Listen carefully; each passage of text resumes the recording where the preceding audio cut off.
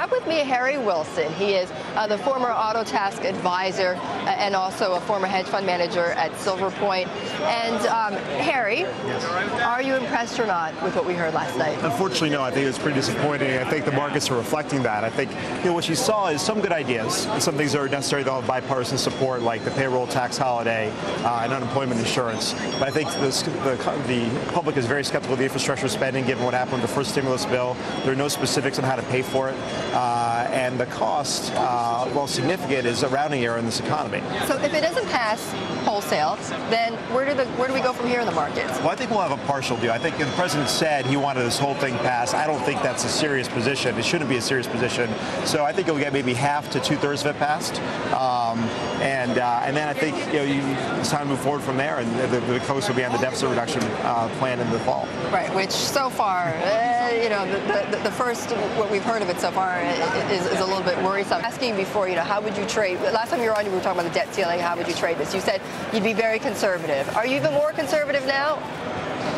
I'm still conservative. I haven't got any more conservative. I think people are still underestimating the implications of 17 European parliaments that have to approve the Greek debt package over the course of the next month or two. Yeah. Right, exactly. And I think as we see more and more news coming out of Europe, people will keep reminded of how bad the sovereign debt crisis is. And I think we're at the high end of a range right now on the S&P. So what does that mean? You're padding your treasury portfolio, or what? What's going on? I think keeping a lot of dry powder. I think short-term treasuries are a good place for liquidity, but they're not a great investment. And so I think as you keep a lot of dry powder and pounce when opportunities come. When the S&P dropped to 1120 a couple weeks ago, I thought that was an attractive opportunity. Not compelling, but attractive. And so I came in at that point, and I think people should keep dry powder and look for buying opportunities. Harry, being that you've been around Washington for so long, one of the things that Mort said to me this morning is, look, I don't think it's going to pass, but also I don't think the president did the right thing. I don't think he went about this the right way. Would you agree with that?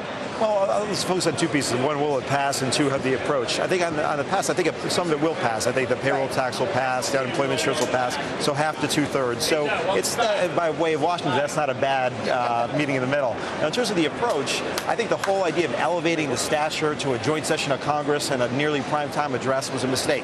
There wasn't enough meat in the presentation to merit that kind of consideration. And not enough meat, meaning that you wanted to know more about how it was going to be paid for. Exactly. Okay. More specifics on that, and broader reforms. Everything is very short-term, so I'll target on 2012, which is right before the next election, as opposed to broader reforms I think can give the business community more confidence. And I think the last piece of it is, if he wanted to achieve it, he shouldn't have come out and said this is an all or nothing, pass this now. He could have worked with folks across the aisle and tried to develop some consensus in advance.